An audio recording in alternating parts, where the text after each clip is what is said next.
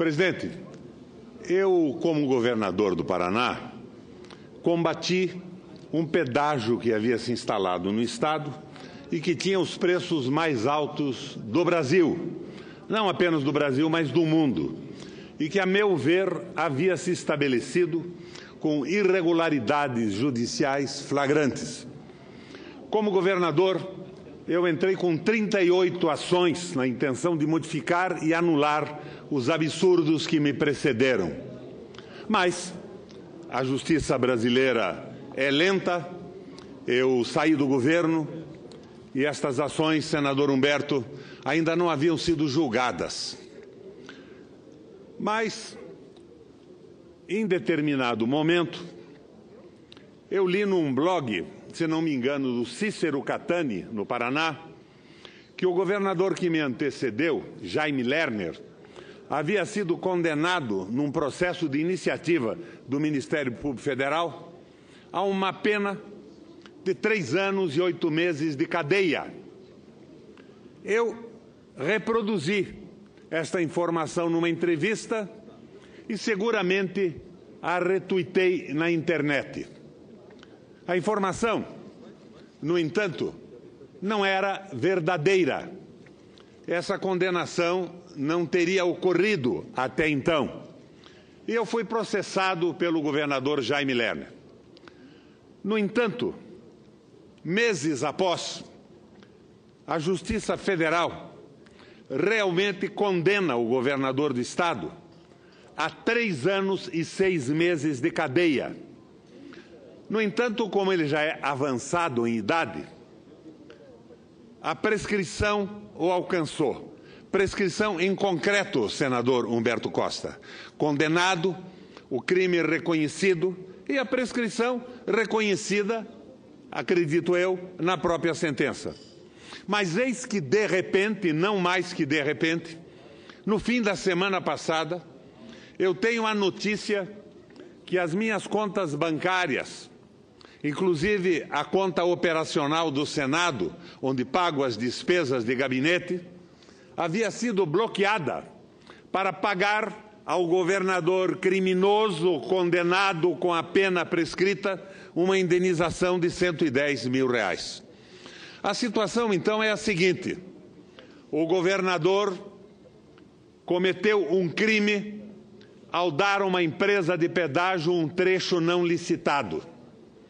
Por esse crime foi denunciado pelo Ministério Público Federal, pelo Juízo Federal de Porto Alegre, condenado em instância final irrecorrível, mas não vai para a cadeia porque, em função da sua avançada idade, em concreto, a pena está prescrita. Mas não é só isso. Cometeu o crime, foi condenado, não cumpre a pena, mas a Justiça Civil do Paraná me condena a indenizá-lo em R$110 mil e, sem sequer que eu seja intimado, sequestra de contas correntes minhas, poupança minha, da minha mulher, R$110 mil. Esta é a Justiça do Paraná. Por que o sequestro sem intimação? Para me tomar, provavelmente, o tempo necessário a um recurso extraordinário? No entanto, eu estou providenciando esse recurso, mas, de qualquer forma, fica aqui claro para o Brasil que eu estou pagando indenização a um criminoso, porque cometeu um crime em dar um trecho de pedágio sem licitação a uma empresa concessionária, denunciado pelo Ministério Público, condenado pela Receita Federal e premiado pela Justiça Civil do Paraná com uma indenização de R$110 mil. É simplesmente espantoso o comportamento da justiça brasileira. Num caso como esse, talvez o mínimo a se esperar fosse o fim do processo que havia sido iniciado, e não por mim, pelo Ministério Público Federal. Mas todas as ações que eu entrei foram desistidas pelo governador que me sucedeu, o famoso Carlos Alberto Richa. E a condenação acabou dando em nada, ou melhor, dando num prêmio às minhas custas de R$110 mil ao criminoso responsável pelo contrato de pedágio com uma empresa sem licitação. Além disso, senador, aproveito esse espaço num breve tempo para anunciar aos ouvintes da Rádio Senado, da TV Senado, que apresentei hoje na Comissão de Constituição e Justiça o meu relatório sobre os crimes de abuso de autoridade. Aqui nesse plenário, numa audiência pública de 5 horas que realizamos, com a presença do ministro Sérgio Moro, do Gilmar Mendes, nós já tínhamos discutido em profundidade.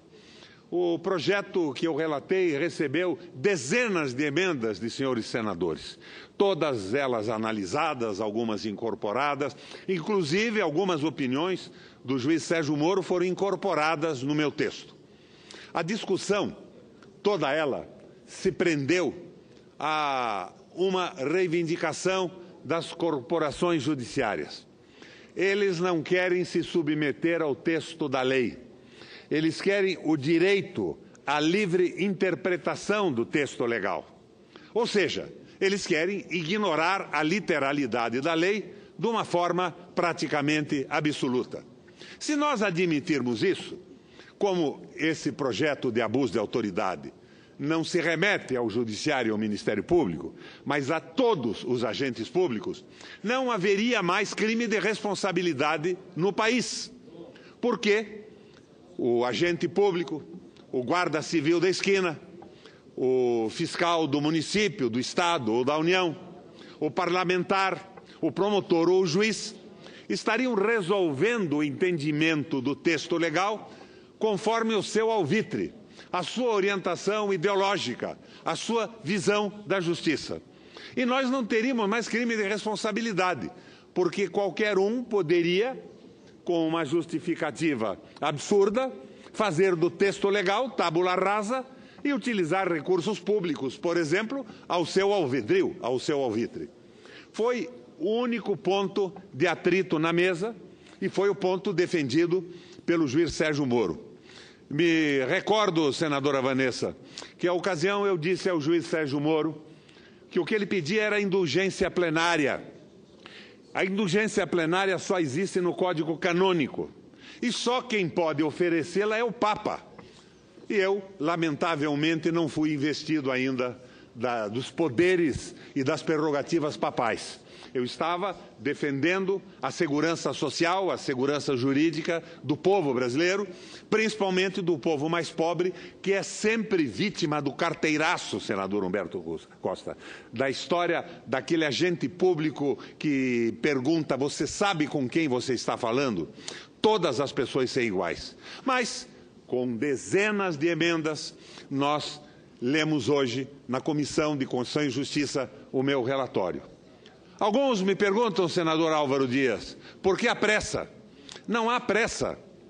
Este projeto originalmente foi elaborado por uma comissão de juristas, Ministério da Justiça, Supremo Tribunal Federal e assessores do Senado Federal, senadores letrados nas letras jurídicas, em 2007. Ele tramita há muito tempo. O debate foi feito por 5 horas. Então ele está maduro para ser votado. Mas eis que, de repente, me levantam um argumento final, para eles definitivo. O doutor Janot, procurador-geral da República, apresentou um substitutivo. Se bem me lembro, nessa audiência de 5 horas, estava convocado o Ministério Público Federal, o procurador Janot, que se fez representar por uma terceira pessoa. E as opiniões dessa terceira pessoa, de forma alguma, fulminaram o substitutivo que eu apresentei para o projeto.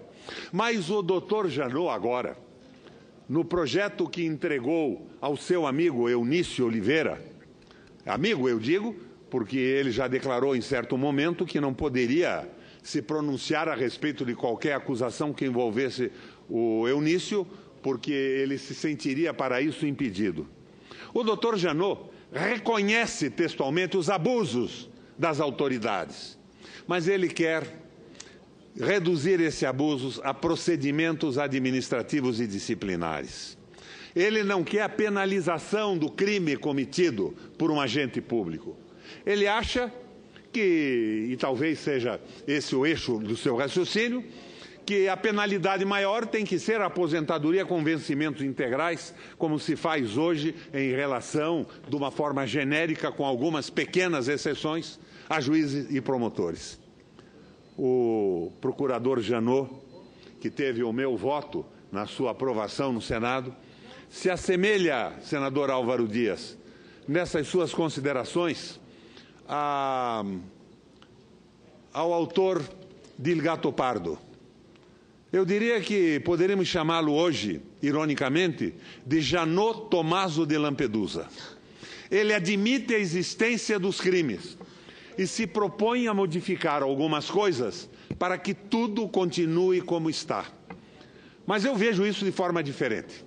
O senador Álvaro Dias apresentou no Senado um projeto republicano, decente e íntegro, para pôr fim ao foro privilegiado. Eu subscrevi o pedido de urgência do projeto. Eu vou votar a favor desse projeto, que é republicano. Nós temos uma república, mas temos privilégios imperiais de algumas categorias de funcionários, de agentes públicos, entre as quais os parlamentares. Mas, senador Álvaro Dias, nós não podemos votar esse projeto sem votar o projeto de abuso de autoridade. Senão, nós teríamos diante de nós a possibilidade de um juiz qualquer do interior, por exemplo, agindo conforme o seu convencimento em relação ao texto da lei, convocar para um depoimento coercitivo um ministro do Supremo Tribunal Federal. E com essa convocação, fundamentada como quer o procurador Janot, ficar absolutamente livre de qualquer combinação legal de pena. Não é possível, isso é uma visão corporativa. E o corporativismo é a matéria-prima do fascismo. É o livro de cabeceira do Mussolini, o Estado corporativo do Manuelesco. Nós não podemos cair nessa armadilha. E a armadilha vai se aprofundando a ponto de hoje, na Comissão de Constituição e Justiça, nós acabamos pedindo vistas, porque não havia nem quórum para ser votado, de um projeto que pretendia que o advogado-geral da União fosse escolhido numa lista tríplice dos funcionários e aprovado pelo Senado da República. Era mais ou menos a antecipação de um projeto que diria que uma provável cônjuge de um presidente da República, esposa ou companheira, deveria também ser escolhida numa lista tríplice e aprovada pelos senadores. É uma visão corporativa terrível que vai dilacerando a integridade da República. Então, a conclusão da Comissão de Constituição e Justiça foi que eu deveria ler hoje o meu relatório. Foi o que fiz. Eu admiti e apoiei proposta de alguns senadores que vale a pena fazer algumas audiências públicas. Não que sejam necessárias, porque nós, nesses anos, quase uma dezena de anos, já esgotamos a discussão. Mas para não dizer que não queremos discutir, sugeri que essa audiência seja feita no dia 4 e propus o dia 19 de abril para uma votação definitiva do processo, que ainda irá para a Câmara. Quem tem medo do crime de responsabilidade? São os juízes que julgam, não são os parlamentares, não são os promotores. É um juiz singular e um colegiado da magistratura. Quem tem medo dos próprios juízes? Quem tem medo do direito? Quem tem medo da abrangência do direito? E não me venham mais com o argumento de que isto fere a Lava Jato. Neste plenário eu fui o primeiro senador a defender a Lava Jato. E continuarei sendo o seu defensor. Ela não pode ser interrompida de forma alguma, mas nós não podemos concordar com alguns excessos que firmam jurisprudência e que podem fazer, no limite do absurdo, que a má vontade de um juiz do interior com uma posição filosófica, programática ou ideológica esposada por um ministro do Supremo Tribunal dê ensejo a uma condução coercitiva ou uma prisão preventiva. Vamos pôr ordem na situação do direito no Brasil com muita seriedade. E eu espero que tramitem rapidamente daqui para frente tanto a questão do foro privilegiado, como principalmente a questão do abuso de direito. Senador Requião, aqui, senador. Senadora Vanessa. Se Vossa Excelência me permite um breve à parte com o apoio aí do nosso presidente, senador Paim. Senador Requião, eu quero cumprimentar Vossa Excelência pela segurança, muito mais do que coragem, mas a segurança como conduz já há algum tempo essa matéria. Porque, infelizmente, se olharmos os noticiários, o que chega à população é que este projeto do abuso de poder é abuso de poder para enfrentar a Lava Jato, para enfraquecer a Lava Jato, e não é nada disso, nobre senador. Então, eu acho que bastava que a população visse quem é o relator da matéria para ter a segurança de que esse não só é um projeto importante, mas necessário, como Vossa Excelência mesmo diz. E eu quero levantar um aspecto que Vossa Excelência não levantou agora, mas falou e repetiu muitas vezes durante a leitura do relatório. Tudo o que se prevê na lei é para casos de reincidência e não aplicado num primeiro momento. E então que o Brasil tenha claro o que acontece e para que serve essa lei. Essa lei não é para proteger senador, essa lei não é para proteger deputado, não. Essa lei é para proteger o povo brasileiro, porque todos estão sujeitos às arbitrariedades. Eu quero dar um exemplo aqui.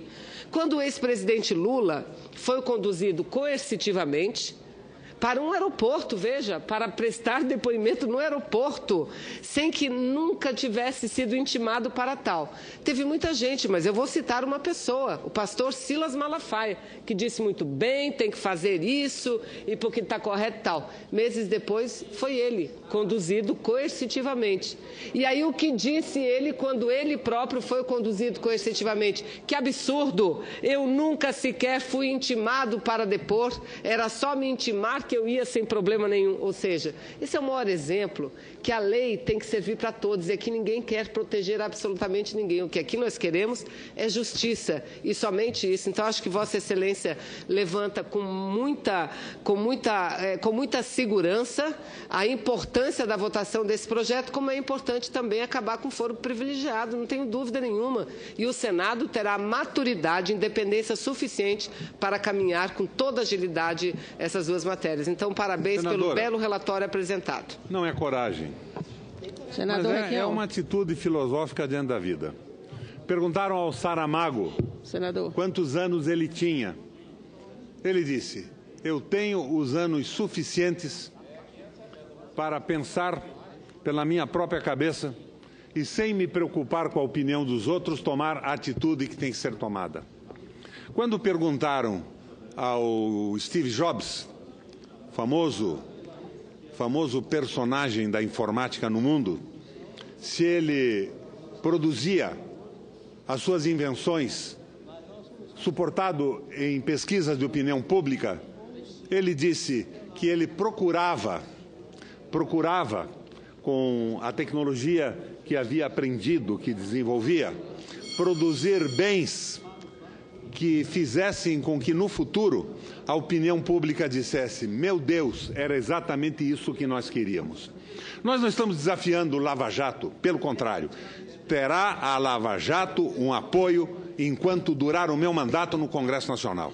Agora, a carteirada, o guarda da esquina, o fiscal, os excessos de um juiz ou outro não podem ser definitivamente tratados administrativamente. Crime é crime.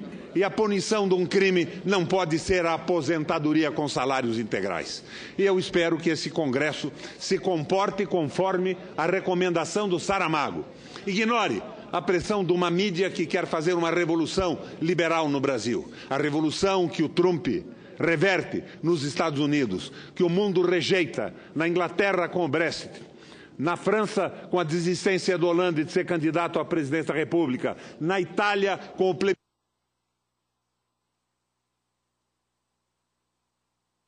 Desta forma, presidente, eu vejo que existe uma parte do senador Medeiros. Se Vossa Excelência me conceder o tempo, eu já estourei o tempo abundantemente. 30 segundos. O senador Cidinho está protestando com veemência contra a parte do senador Medeiros. Desde que seja senador Cidinho, de 1 minuto nós vamos tolerar. Senador Roberto Requião, só para enriquecer o debate, Eu tenho uma certa preocupação, porque se nós não podemos ir nem tanto ao mar, nem tanto à terra, porque se nós queremos só a literalidade do juiz, nós podemos dispensar os juízes e termos uns terminais de autoatendimento, tipo o sogro de Moisés fazia. Bastaria um computador para aplicar a lei. Exatamente. Não é essa a intenção e não é esse o texto legal, que admite uma relativa flexibilidade, principalmente se ela não ferir o conteúdo explícito da literalidade, mas se ela for suportada em jurisprudência e julgamentos anteriores. Exatamente. Está flexibilizado. Muito bem, porque nós temos, os juízes são preparados, estudam a hermenêutica e exatamente para interpretar. Mas Vossa Excelência muito bem explicou. Muito obrigado. Senador, eu agradeço a tolerância que eu tive com o tempo e vou, no meu lugar na bancada, assistir com interesse o entusiasmante discurso do nosso senador Cidinho.